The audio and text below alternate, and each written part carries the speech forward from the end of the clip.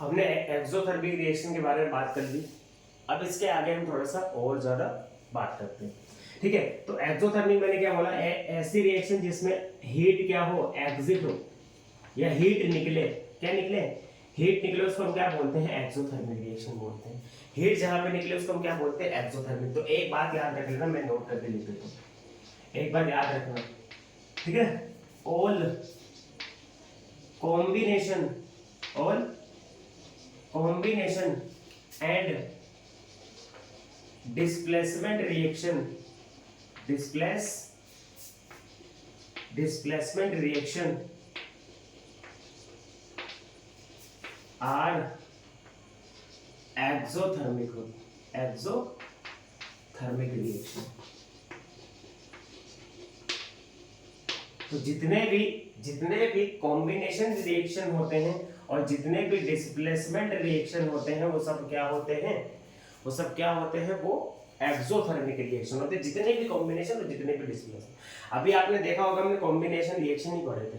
Combination reaction जितने भी होते हैं या डिस्प्लेसमेंट रिएक्शन जितने भी होते हैं, सब में क्या रिलीज होती है, सब में हीट रिलीज होती है, एग्जिट होती है, उसको इसलिए हम उसको क्या बोलते हैं, उसको एक्सोथर्मिक रिएक्शन बोलते हैं। चलो अब एक क्वेश्चन आता है यहीं से ही कि वाई कंसीडर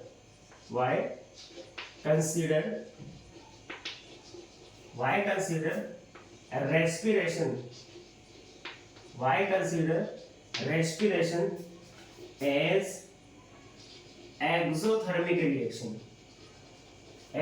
exothermic reaction। तो क्या क्वेश्चन है कि why consider respiration as exothermic reaction, ठीक है।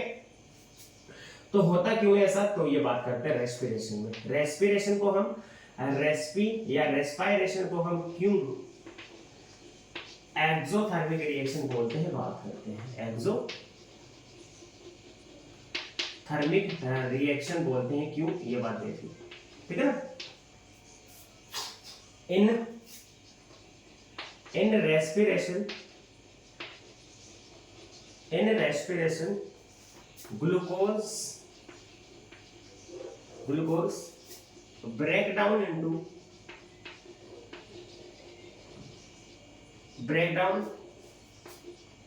into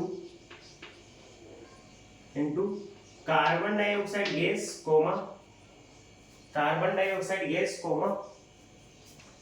water and release energy in the form of ATP, ठीक है। और ATP का फुल फॉर्म क्या होता है, एडिनोसिन ट्राइफॉस्फेट,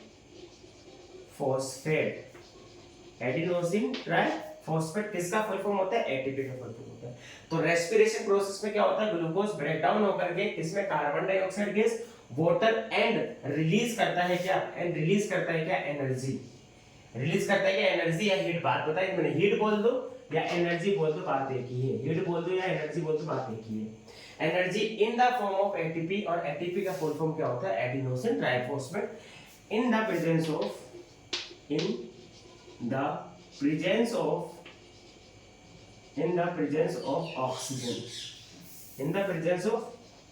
ऑक्सीजन। तो ग्लूकोज ऑक्सीजन के प्रेजेंस में ब्रेक डाउन होकर कार्बन डाइऑक्साइड गैस बनाता है, वाटर बनाता है, साथ में क्या रिलीज करता है, एनर्जी। किस फॉर्म में करता है, एटीपी के फॉर्म में। और एटीपी का फुल फॉर्म क्या होता है, एडिनोसिन ट्राइफॉस्फेट, इसका फुल फॉर्म होता है। तो आपने क्या देखा, रेस्पिरेशन में क्या रिलीज हो रही है, एनर्जी। और हमने यही तो बात की कि कहे जहां पर भी हीट या एनर्जी एग्जिट हो रही है, उसी को हम क्या बोलते हैं, उसी को हम एक्सोथर्मिक बोलते हैं। इसीलिए रेस्पिरेशन को हम लोग क्या बोलते हैं, इसीलिए रेस्पिरेशन को हम लोग क्या कंसीडर करते हैं, एक्सोथर्मिक रिएक्शन कंसीडर करते हैं, ठीक है ना। इक्वेशन की बात कर ले, C6H12O6 ऑक्सीजन के प्रेजेंस में ब्रेक डाउन होकर के 6 कार्बन डाइऑक्साइड गैस के मॉलिक्यूल, 6 वाटर के मॉलिक्यूल बनाता है, साथ में क्या रिलीज करता है, एटीपी, ठीक है ना। एटीपी या एनर्जी रिलीज करता है, क्या रिलीज करता है, एनर्जी रिलीज करता है। और जिस भी केमिकल रिएक्शन में एनर्जी रिलीज होती है उसको हम क्या बोलते हैं, उसे हम बोलते हैं एक्सोथर्मिक, उसे हम क्या बोलते हैं, एक्सोथर्मिक रिएक्शन बोलते हैं, उसे हम क्या बोलते हैं भाई, एक्सोथर्मिक रिएक्शन बोलते हैं। तो इसमें भी, इस इक्वेशन में भी हमें क्या निकलता हुआ दिख रहा है, एनर्जी निकलता हुआ दिख रहा है, इसलिए इसको हम क्या बोलते हैं, एक्सोथर्मिक रिएक्शन कंसीडर करते हैं। ठीक है, इसलिए हम इसको क्या बोलते हैं, एक्सोथर्मिक रिएक्शन कंसीडर करते हैं। ये जो दिख रहा है ये क्या है, ग्लूकोज है, ये क्या है, ग्लूकोज है, ये क्या है, ऑक्सीजन है, ये क्या है, ऑक्सीजन, ये क्या है, carbon dioxide gas, carbon dioxide gas, और ये क्या है हमारा वाटर। और एटीपी की फुल फॉर्म आपको मैंने बताई थी, एडिनोसिन ट्राइफॉस्फेट इसका फुल फॉर्म होता है। क्लियर है?